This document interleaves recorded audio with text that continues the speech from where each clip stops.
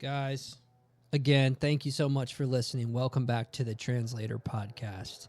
So happy to have you back. So glad to get in some new stuff today. And I just want you to relax, enjoy, listen. And we're off. We're ready to go. Let's do this thing. Let's crack open this Red Bull. Let's get it going.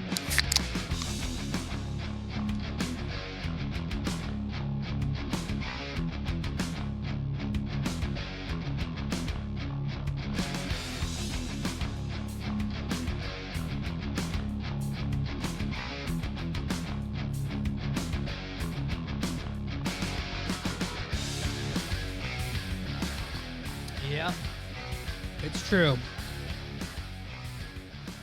Yeah, guys. Welcome back. Welcome back. Welcome back. Beautiful. Beautiful. Gotta love the royalty-free music. Devil Evil is the name of that song by Bear Stock Music. It's on Apple Music, royalty-free music. Thank you. Hey, you know what? Here's something. We're in a news lull right now. You know how they say every 2 weeks? Every 2 weeks, basically, we have new news. And sometimes it's every week, and sometimes it's 3 stories in a week. And those stories are so strong that they run for every week for like a month or 2 months or 3 months. And that's all we hear about. And then they throw in a couple little news stories every every couple weeks, right? And we have that going. I think, just thinking in my head, well, we have one news story. We have one new one, and it is real. I'll talk about it. But other than that one particular story, we're in pretty much a news lull right now. I wonder how far they'll milk this one, but I think that it's pretty cut and dry. We'll see what happens. So because there's a lull right now in the news, I mean, the wars that are going on, those are always going on. The president stuff, that's always going on. The Diddy stuff's kind of out. The Ghislaine Maxwell, that's out. Like, there's always fighting in the White House, and I'm just really bored of that stuff. You know, I'm kind of bored of all of it. And also, I think I may be quitting Instagram.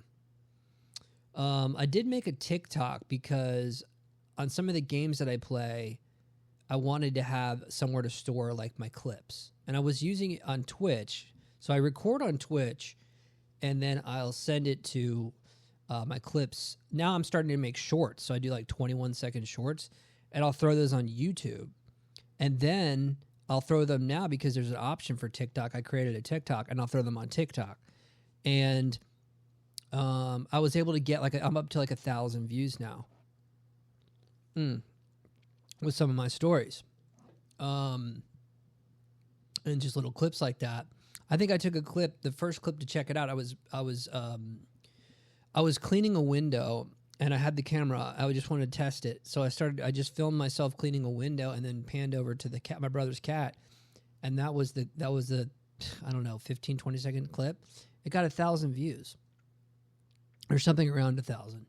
And I'm like, okay. And it's just because I think there's so many more people on TikTok, I guess, that you're getting so much more attention on each thing.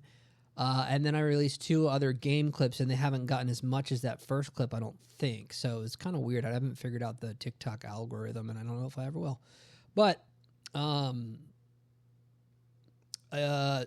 think I'm going to start doing them both on YouTube and on TikTok.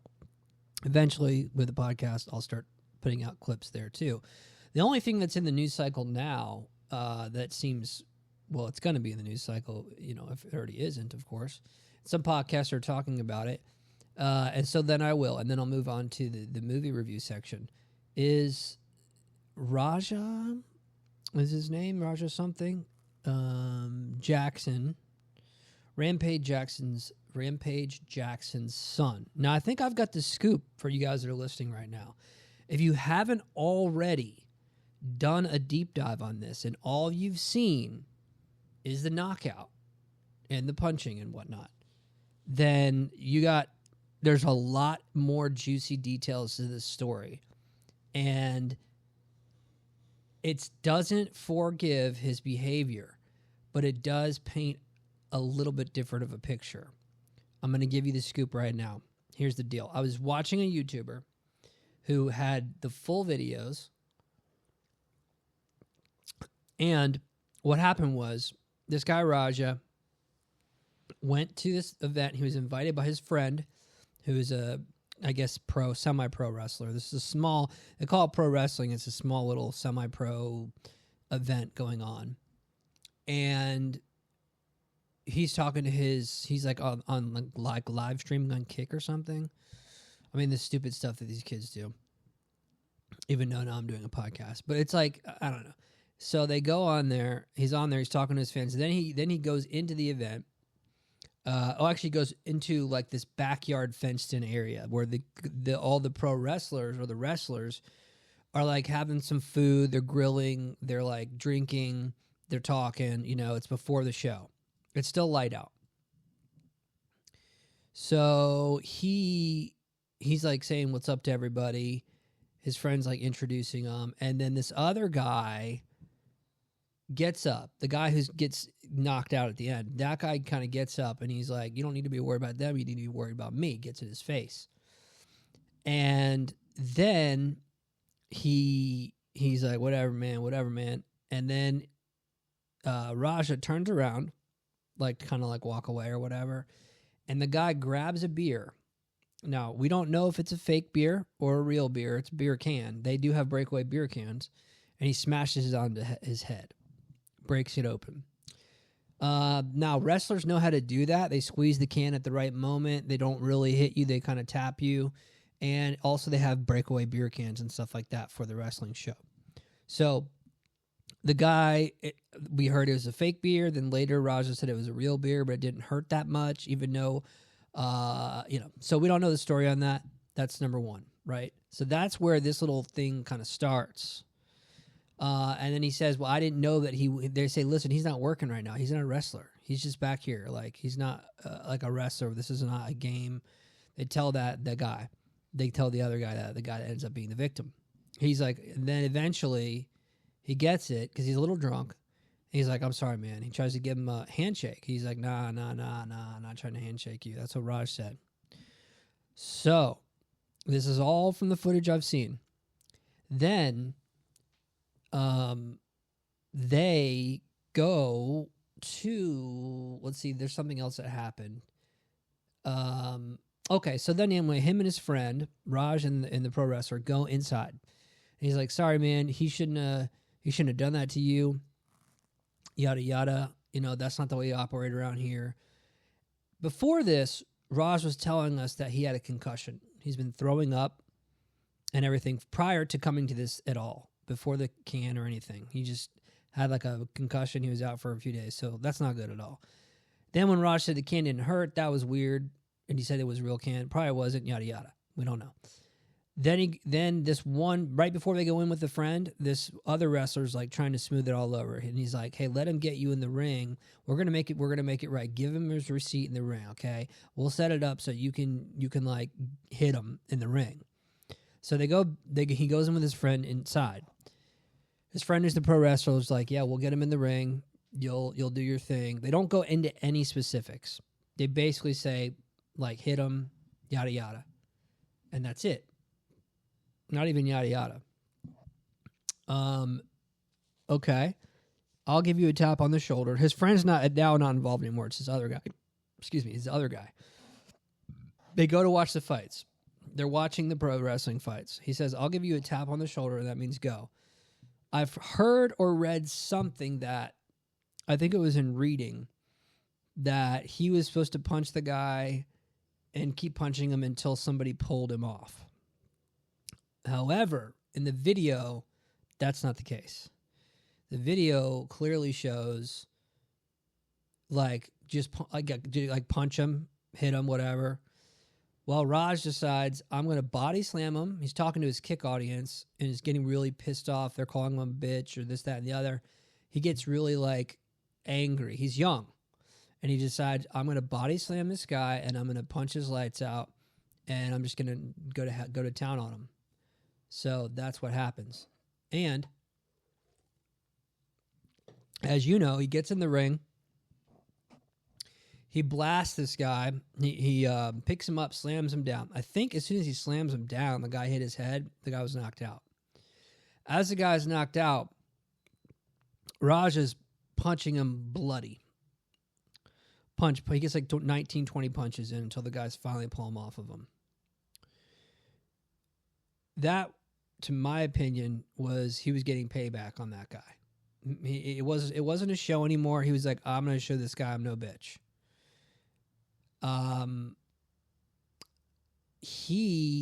They escort him out after they trap him in the ring. He leaves with his buddy, still filming. These other wrestlers come after him, trying to kind of get him to come back so they can fight him. He's yelling at himself, kind of pumping himself up, saying, I ain't no bitch. I ain't no bitch. They're trying to make me a bitch. Now, at the end of the day, they'll see who I am. Then someone calls him, says, hey, man, you got a real problem. This guy that you knocked out in the ring, he's still laying there. He's flatlined. He's not getting up. So I haven't gotten the updated news from there, but from the story is right now, Raj thinks this guy may be dead, but is in definitely very, very, very bad shape. Now, they get in the car, they go. That's where the video ends. Then you see, they show video of him calling his son, Rampage Jackson calling his son before it goes down, just checking on him, make sure everything's okay while he's at the fight before he jumps in. You get video of Rampage Jackson seeing what had happened, looking at it on his phone twice, and he's like, oh, this is not good. This is not good. He's like, I think sometimes I fake it, but this is right here, this is not good. He's worried. Meanwhile, he's in like a strip club, like surrounded by women and like YouTubers, and but he does look concerned.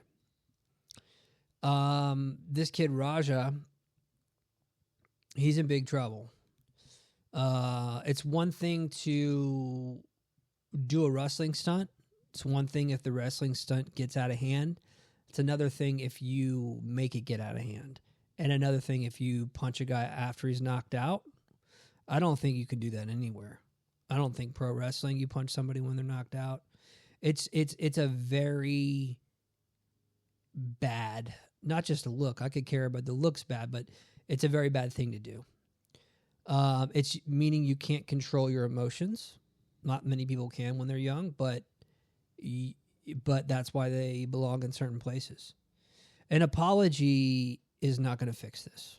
In my opinion, an apology is not going to fix people missing half their teeth, choking on their blood in their teeth because of a beer to the head, which I guess is his revenge for it, even though they said you can get him back.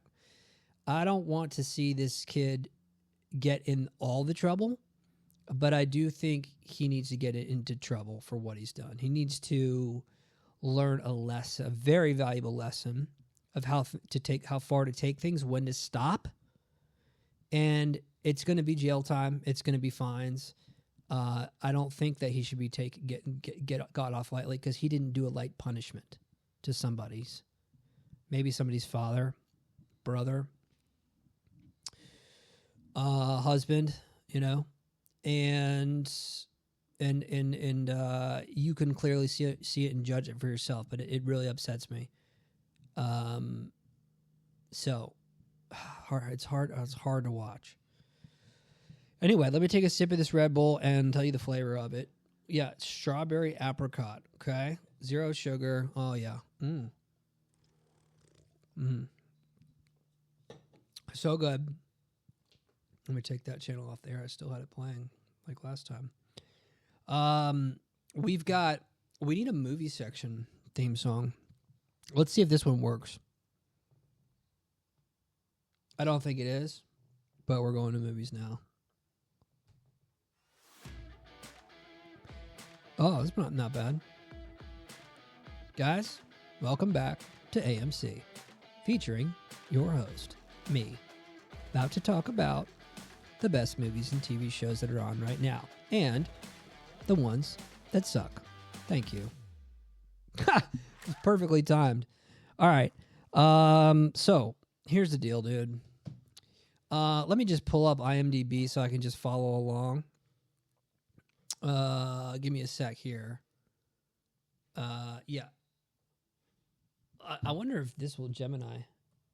Hold on. Best and worst new movies. I put ew movies. I forgot to put the end. Oh wow. Okay. Here we go. Let's just give me some bullshit. Would make great organization and pleasure adapting beloved source material. Okay, so basically, I'm gonna type in plot of the new Superman movie,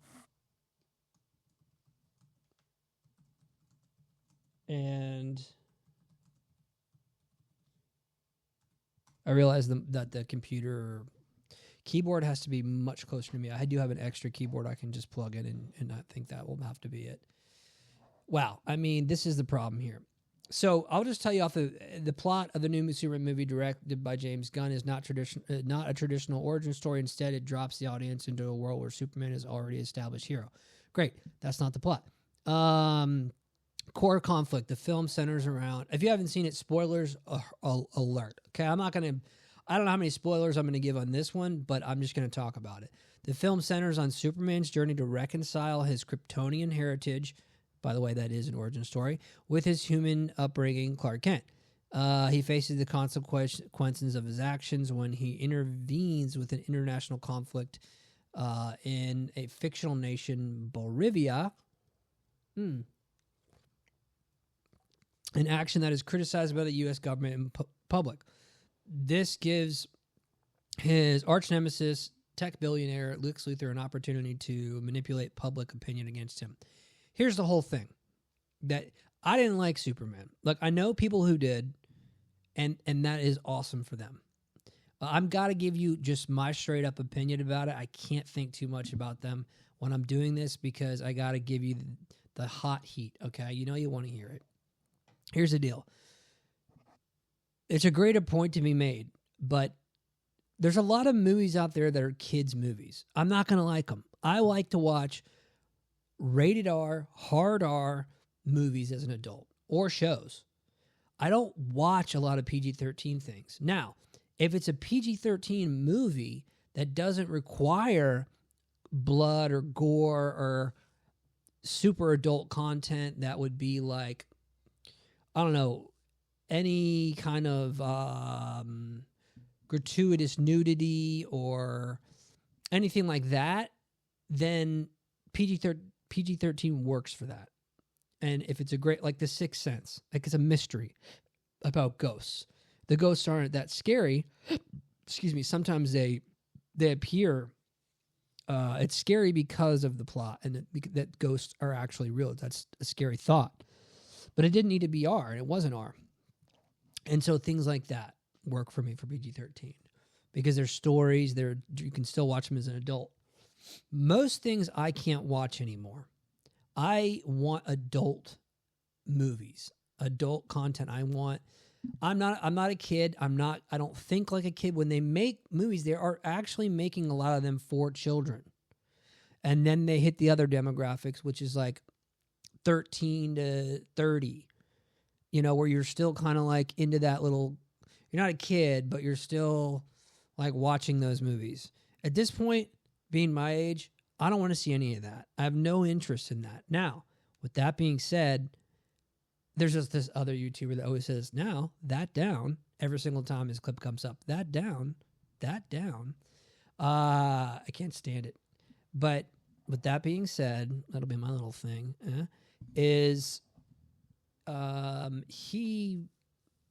they made the other Superman movies, right? And they were PG-13, I believe. And then I think Justice League was PG-13. And then I think Zack Snyder did his cut and it was R, I believe. And I watched it last night. But the Superman movies were darker. They were grittier. They were... they still weren't for children. They weren't for a certain group of people. They were like gritty people that watched the movie 300. They were for like grittier, like kind of adults. And what's his face was able, as the director, he was able to make a whole bunch of those movies in that universe and get away with it because he knew that there was an audience for it, a big audience. And those movies did phenomenal. If you watch the Justice League and then you watch Zack Snyder's Justice League, it's an entirely different movie, and it's amazing. So this Superman movie, I just got to tell you, I have a very different opinion than a couple people I've talked to about it so far. I think it's absolute trash. I think that the actor playing Superman is awesome. I think that the overall filming of the movie, the way that it flows together as far as how bright it looks and how accurate the graphics are,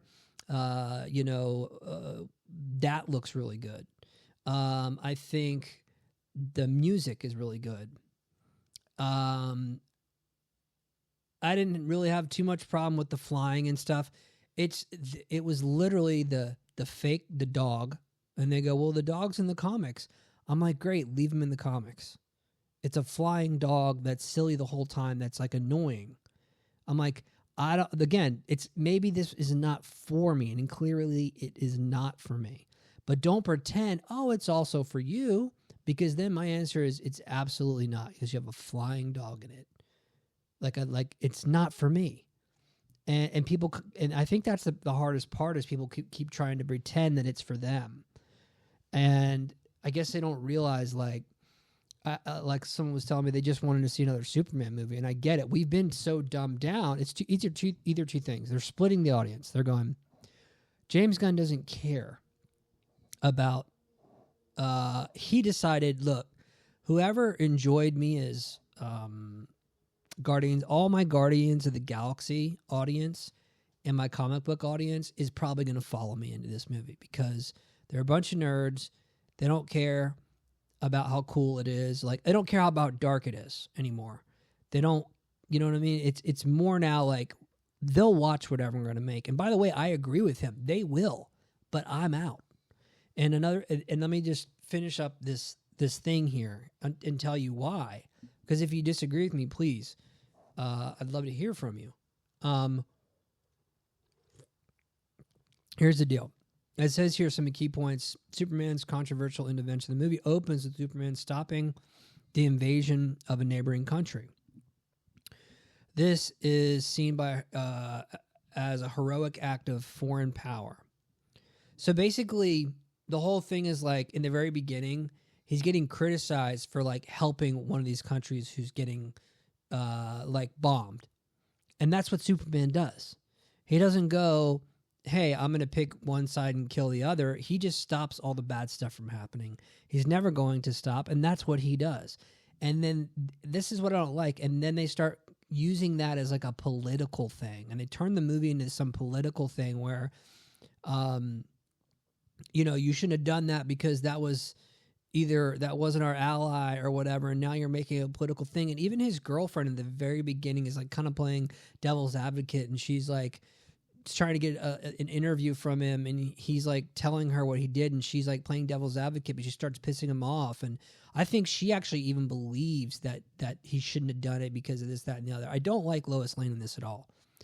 She's all right looking. She's being too like serious in parts that you don't need to be serious, and then she has nothing to say the rest of the movie, and she's just there.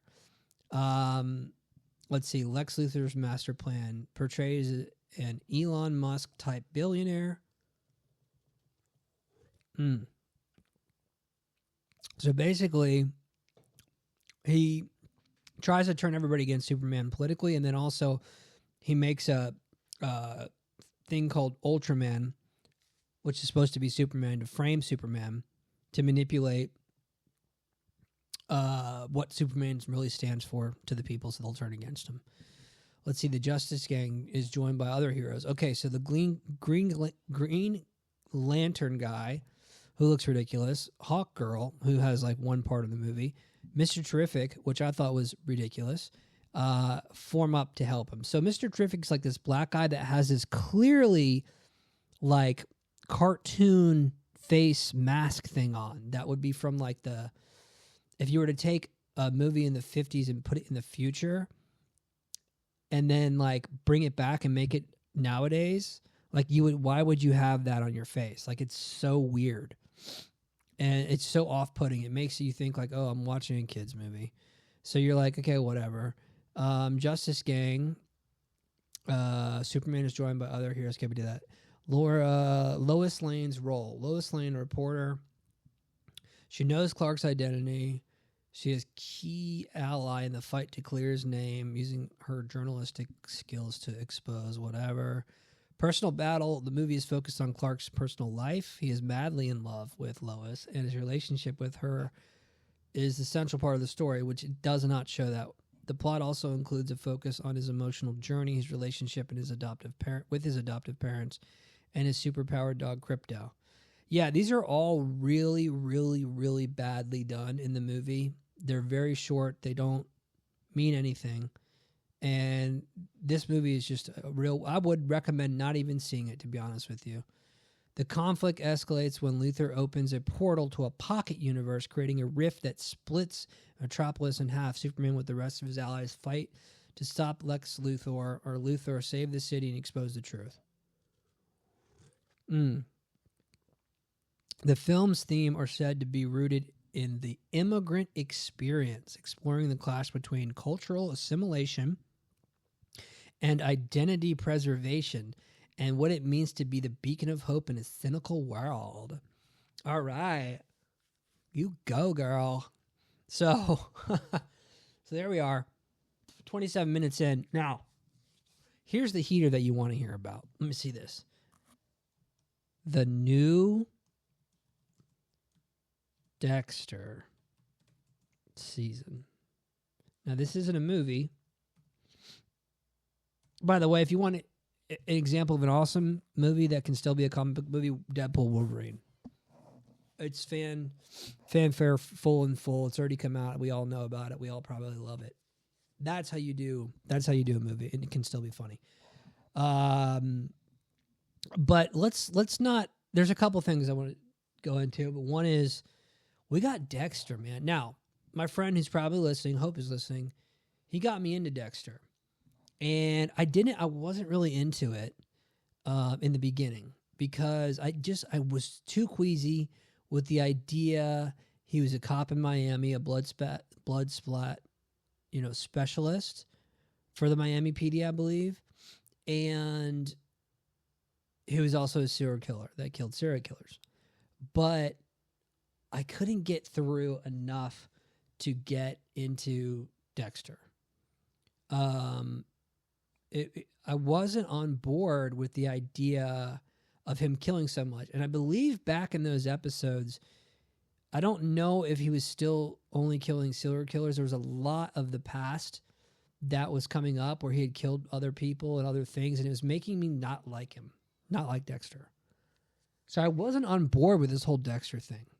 Now, I tried and I still wasn't on board with it. And then he ended up killing like his sister, and other people that were innocent and they weren't serial killers. And I was really off Dexter. So I was like, screw it. But then came the one where I think it's, the new one's called Resurrection. But what's Original Sin? Is it Original Sin? No. Original. So there's one where they came out with a new one where it's in the winter and in like a town during the winter. And that one I started being like, okay, I like this again. This is where he realizes that he has a son. And he starts to realize his son, this is going to be all spoilers. So just get ready. I'm not going to spoil the new season, but I am going to talk about it. But this is not there yet. In the old season, he has a son. He thinks his son has inherited has the same genes as him and is going to become a serial killer like him. So he watches his son. He thinks his son has it, and therefore he starts trying to teach the code to his son. That's kind of how that whole season goes. Now, during that season, there are some murders that are not serial killers and some that are. And the serial killer in that one it's pretty cool. It ends pretty cool. It's really, really neat. And it kind of made me go, well, I kind of like this Dexter thing. He was also trying to be a father to the kid. And so it was kind of like, it kind of brought the humanity back for me. And I was like, okay, if he's going to stick by the code, you know, and we're past all the other shit, even though he did it, then I could probably watch this. Anyway, at the end, his son catches him doing something. I can't remember what it was. And he's like, shoot me. Dexter's just like, shoot me, kill me. And the son shoots him. He doesn't die. The next season comes out. It's called Original Sin, I believe. Or New Blood. I can't remember. Whatever the new one is, the one before the newest one, this other one, this one in the middle, it goes back to him when he was a kid, Dexter as a kid, and it kind of shows all the ways that he was growing up with this problem. I didn't watch that after the first episode. I thought it was terrible and boring and lame. Some people told me it was really good. So I was like, what? That's weird, because it was the first episode, I will say, was terrible. But then they came out with, boys and girls, ladies and gentlemen, dogs and cats, Dexter Resurrection, I believe it's called. Now this right here is amazing. I think it might be the best one yet, but if you're a hardcore Dexter fan, you know, you might be going into the original stuff. All right, some spoilers, okay? But first, let's just talk about just the general plot. Basically, Dexter's in, like, the city now, okay? He's alive, okay? He's trying to find a place to live. He finds his son, okay? They figure some things out. The son is not a serial killer like he thinks. Dexter figures out his son's not like him, but he has some tendencies that he has to get under control. But because Dexter taught his son how to murder, how to clean up the mess, there's a couple times, I think once, when something gets out of hand because the son's trying to save somebody, he ends up killing somebody, and he uses the methods to clean up. And throughout the season, that's part of why the cops are after Dexter. Plus, there's a lot of very awesome serial killers in this because he's in the city. And there's a very lot of plot twists and a lot of things here. And I think it's the best one I've ever seen. And I'll tell you what it is. And I'm sure he was this way throughout the rest of the show. But even more now, so his dead dad shows up all the time throughout the season, and he just talks to him. Like, he knows he doesn't have a problem talking to his dead dad anymore. He's not like, it just is the way it is. When I need help, my dad shows up, or my dad's always there. I talk to him. We just talk about everything. And, you know, they're both very mature, and that's it. So there's no like long dragging on dad talk scenes. It just is actually pretty awesome. It's like his dad never left. And his dad's trying to keep him on track. And his dad's always trying to help him do the right thing. And Dexter's like agreeing with him a lot of the time. Dexter's also helping his son a lot in this. And it's really refreshing. Because when a show like this, you think that it's all going to be just one big mess. And when you got this, the last two seasons ago, when the son was always like hating him and just, I hate you, Dad, I love you, and crying and all this stuff, like, we just don't want to see that anymore. And it's just all worked out now. And so now you can just get on with Dexter being Dexter, which is on this season, it's Dexter hunting and killing serial killers. The little bits that are left are the checking in with the son's girlfriend, checking in with his dad. And then there's some like really cool stuff that happens in this that keep you really hooked. And what I like about it now more than ever is, you know, because you get to know Dexter over the seasons, and I didn't watch that many, but it's just he's really like kind of quirky and funny, and he has a good way of like throwing his shoulders up and kind of saying, I don't know, or hey, and giving a quick answer. And then he just seems like a guy that is just happy that he's alive. He doesn't require much. He's I don't know. It's interesting to watch him because he does narrate it as well. But I'm trying to remember the other day because there is something that it's like right when he's about to get caught in a lie, he comes up with the maybe not the perfect answer, but close to it, and he'll say it, and he'll just be like, "Yeah, never thought about that. You might be right," and then just move on. And they never can. And he plays it very well and gets himself out, and you want him to at that point. Now I actually am rooting for Dexter. Now here's the thing, because he has a son, I don't want him to go away from his code or lose his cool, or mess with his son's life up or anything like that. He's trying to, not do that. So you kind of are rooting for him to stay in line and just kill serial killers and do this, that, and the other. And that's pretty much what he's been doing and trying to do this whole season. So you have a little spoiler coming up that they have a very good detective in the town, in the city, and also an old Baptista has come back and is trying to get Dexter to be caught as the Bay City Butcher. So little blast from the past, and there's just really a lot of cat and mouse going on, along with, like I said, a lot of killing of serial killers and a very, very interesting story. So the difference, I'm burping. The difference between this Dexter show, this new one, Resurrection, I think that's what this new one's called, and Superman the movie, it's huge.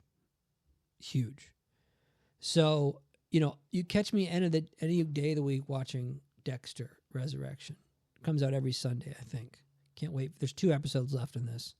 They only release 1 every week. So I'm super pumped about it. I love it. Someone mentioned The Hunting Wives to me. Haven't got into that. I heard it was good, and then I saw the poster for it. Sorry, when I pause like that, it's because I'm taking a sip. And I gotta tell you, it looks really lame. It just looks like a bunch of like 40-year-old women that are doing like the Best Housewives of, and they're like called The Hunting Wives, and they have like shotguns and like all this lame stuff. And I'm like, oh God, I don't know about this. So, Mobland, incredible show.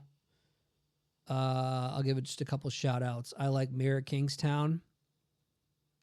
Incredible show. What's the one with Kate Winslet? Where it's Mayor of something, and her name is Mare. It's like Mare. She's from Boston. I can't remember. God, I wish I knew it. I should look it up. But that's a great one. It came out like 5 years ago, but it's amazing. It's like they filmed it as a movie and they just cut it up and put it out there for everyone to watch. It's absolutely amazing. I mean, those are the type of things that I'm into. Movies like, what's the one with Colin Farrell and my boy Edward, what's his face from Fight Club? I was going to say Edward Furlong, but no, that's not it. But Edward Furlong and Edward Norton were in American History X, and that's my boy, and that's a great movie. And that's probably the best Edward Furlong acting I've ever seen. He's perfect for that. But Edward Norton's awesome in that, and I was gonna say, it's a cop movie where Edward Furlong plays a detective who has two brothers, and his father's in the bureau as well. And Colin Farrell is a brother-in-law, and he's a cop. And I want to say that's in Boston. And there's a big cover-up. There's all this bad stuff. It's on the tip of my tongue. I got to get back to it, but that's a great one. Look it up. I mean, I like these. I like these ones that are just adult themed. That's what I keep coming back to. Any new movies? Let me see. List new movies. List current new movies. I haven't seen F1 yet. I did watch the new Mission Impossible, which I'll give something away there.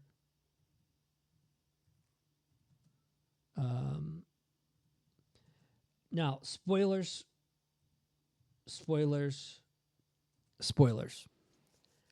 Okay? Spoilers, and then we'll wrap it up. Oh, here we go. Yeah.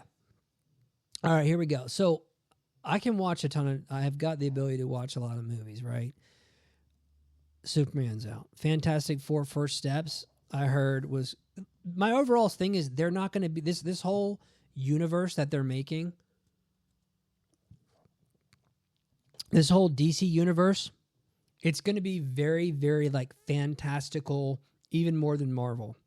It's not this dark DC universe that we're hearing about. There will be no dark DC universe. That is over. That ended with what's-his-face as the director, who did the Batman and Superman and all that. That could have been... He was setting up a universe. Didn't work out. His daughter died. Everything got fucked up. And that's no longer happening. It's been given to James Gunn. They're going to make a Batman character. This is going to... To me, I don't think I'll be enjoying any of these DC movies. I'm not... First of all, I'm older now. Yeah, if Marvel had some kind of... Like, if they kept going and did some, like, adult content of sorts... I might be into it, but I'm just older now, man, at the end of it. But I will say, just even with having a movie mind, Fantastic Four, the First Steps, when I saw the trailer, I go, oh, they made this terrible. They're going back in time and going back to like the 70s, but it's also futuristic, and it doesn't really revolve around something cool, and I think everybody hated it, and that was supposed to be the one that reboots the franchise. And then they were like saying, "Oh no, Superman's the one that reboots the franchise." And the next thing you know, it'll be another thing that reboots the franchise. It's over already. You messed up twice. Fantastic Four and Superman. You messed up. Nobody cares. I'm telling you, there's going to be only die-hard fans, but people are already shitting on Fantastic Four. A lot of people were like half-half with Superman.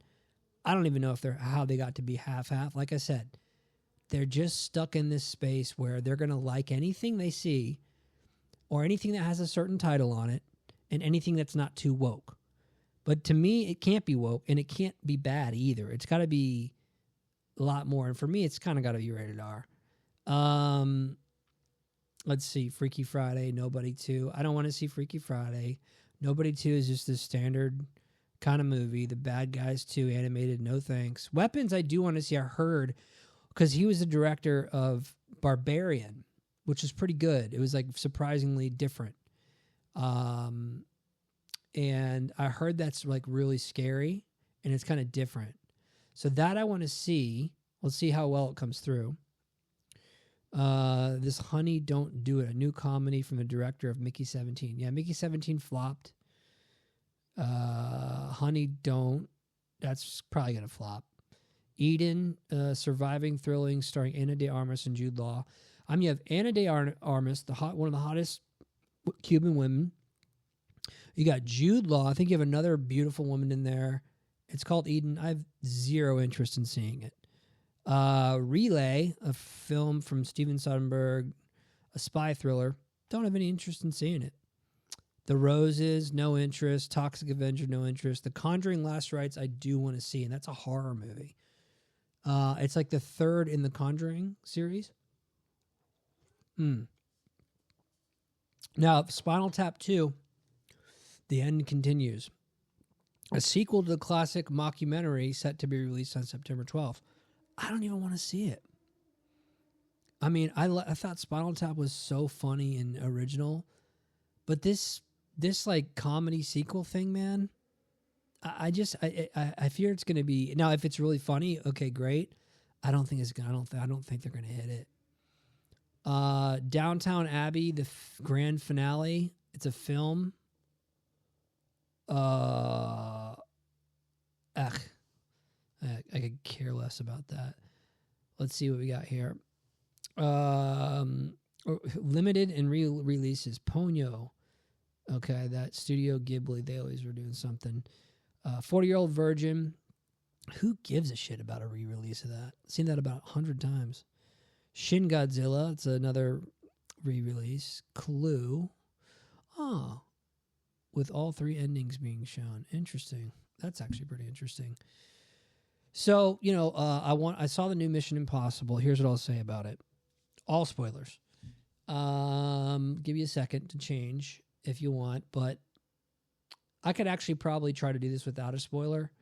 But here's what I'll say. I will give it, for its efforts in trying to be a huge movie, as far as efforts go, 10 out of 10. The filming of it, 10 out of 10. The acting, very high, very good acting. I would say, there's not much. It's never been made for like major acting, so it is what it is. It's good. They do one weird kind of thing that I don't think everybody notices, but they kind of like shrine Tom Cruise as like this god in this movie in a sort of a way. And again, you might not see it, but his face is, no, it should be. It's the last one, and he has done so much work for these movies. So maybe it's well deserved. But like, because of the Scientology thing where he's already getting like so many accolades, and then this, it was a little like, ugh. But at the same time, if you don't have to think of it that way, I can totally see it another way. He is the hero of the movie. I do like that they brought back the team that was from the last one. I do like that they showed so many clips from the other movies. Now, they could have shown those clips from the other movies like way better. Like they could have just mentioned them, and they could have had the audio, like, because they showed like full scenes or like little clips from the old movie, and I feel like they could have added in a lot of those into the new movie. They could have like taken one thing from each of the movies and been like, this is like, for instance, the knife. Well, let me go with something different. The first movie was, let's say this. They could have used like the red light, green light gum from the first movie and had it in this one. That's one funny thing to kind of add in there. And that would have been cool. I'm like, oh shit, the red light, green light gum. Or they could have, taken one of the main things, like the knock list that he had to steal from the first movie, and they could have brought it into this movie and made it one of the elements they had to get in one of their Mission Impossible tasks, or used it and shown it up again in in this movie. Now, they did do a lot of this in this movie. I'm just saying they could have done it like that could have been a big part of the movie. The second Mission Impossible, they could have, that was more of like a love story where they took the girl from him. Oh, but there was like a mitochondria something or other in that. There was a disease thing. They could have used that. The third movie, they could have used those little things that you put the chips in their heads. The fourth movie, Fallout. No. They had like two ones that were like, I didn't really watch those. They had the gloves that stick to the wall when you're climbing, and then the other one was like Ghost Protocol or something like that. And then the Fallout was incredible. Oh yeah, the Rabbit's Foot. So anyway, they have a couple of those things in these movies. Okay, they have some throwbacks. They do not. This whole AI entity thing was a mess. It was a mess. I didn't get it. I mean, as far as like, I get that there's an AI entity and it's calling all the shots, but at the same time, they're not robots. If the AI entity, meaning just whatever program got into the internet and is taking over, they were talking about it as if it was like, while they were like in the gulag of some, city in, I don't know, Italy, they were like, unless the AI wants me, the entity wants me to tell you this, then, and they're like talking about it out of context. They did a bad job writing the AI dialogue. They did a bad job when one point when the AI is talking to Ethan, they did a bad job like setting it up and the whole thing. I thought it was just a very bad way of that they didn't need to do. They could have done it in a different way, make it way easier, and make it more fun. And they spent way too much time having the boring Russian sub, figuring out all that boring Russian sub stuff where they had to get to the AI that's in the sub and this, that, and the other. Honestly, if I worked on it, I bet you I could come up with a better solution that's way more audience friendly. And I've heard a lot of reactions like that. Like, it's slow in the beginning, then it gets better, but it's like confusing. And I'm like, yeah, man. Like, and I think my brother was telling me, he was like, and I totally agree with him. You got to make movies simple. You can make the plot simple. You know what I mean? People don't need, they don't want you to tell them everything. They want them to be led on a little bit, but not too far. You have to be kind of in this area where, okay, I know what's going on to the plot, but obviously they're kind of dragging me forward where I don't know what's going on a little bit, and I like that. That little region right there is where I want to live in this movie. Now, if you go too far, then they're just confused and they're gonna be confused. And then if you can't bring them back, if you get them too confused, then they're gone and they have no interest in your movie. That's why, that's why when you look at Steven, what's his face, Quentin Tarantino, all his movies are shot out of sequence, or edited out of sequence, or shown out of sequence, but you still get it. It doesn't, you're still not confused by it. You're just waiting to see what's happening. You don't know what's going to happen next. You're excited, but you're not confused. And you can lead somebody somewhere, but you have to start tying up the loose ends if you're going to introduce another mystery in the story. You got to start tying those loose ends up so people go, okay, that we figured out that. He did figure that out. Okay. And that part, yeah, we got that. Okay. Oh, actually, I'm good now. Okay. We can start introducing him into more mystery and then start tying up those and then more mystery, if you're going to do that. But you can't hit the audience too hard with a lot of confusing stuff all the time and then try to tie everything up at the very, very, very, very end. It's not going to work. It doesn't work. It didn't work. And there's proof of that. So I think a lot of movies are, some of these new movies are starting to do that. And I'm just, there's about 10 genres, I think. And I have zero interest in probably 6 or 7 of them right now. I think the only reason, and I don't really like gory horror, but the reason I'm starting to like horror is because they're making stuff in ways that these other movies aren't. And obviously they have a way they can do that because they're in a different genre, but they're getting real creative with it. There's not that many new ones that come out. and you do kind of have to be different. There's something to say about the nostalgia of movies, of certain like if you're going to be doing a second or a third or a fourth of a horror movie, you're going to get anticipation, big audiences, and you're also going to have high expectations.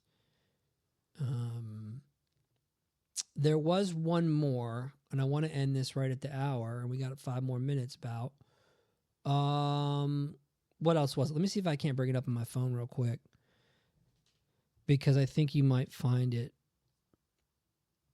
to be interesting.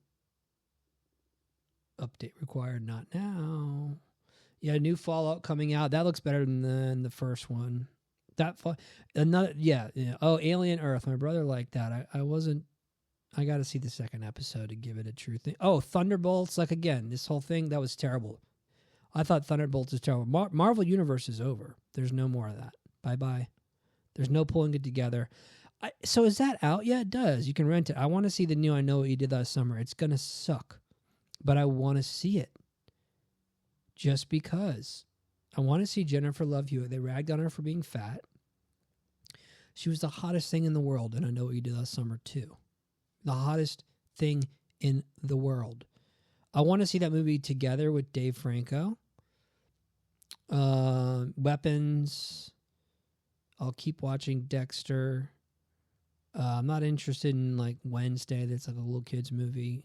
Peacemaker. I'm not interested in the DC universe. My brother is.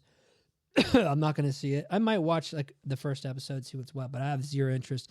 I don't like these characters they're making. I don't like these weird characters and this weird story. I want to be more grounded. In the movies I see, I want to see a normal movie I just want to see a normal movie again. Something that's down to earth, that happens to be like this whole Dune 2 thing. I didn't want to see Dune 2. I could care less about Dune 2. Now the director's amazing. Like The Departed. Let's say there. Obviously that movie's amazing. People love it. But that's a modern day police story.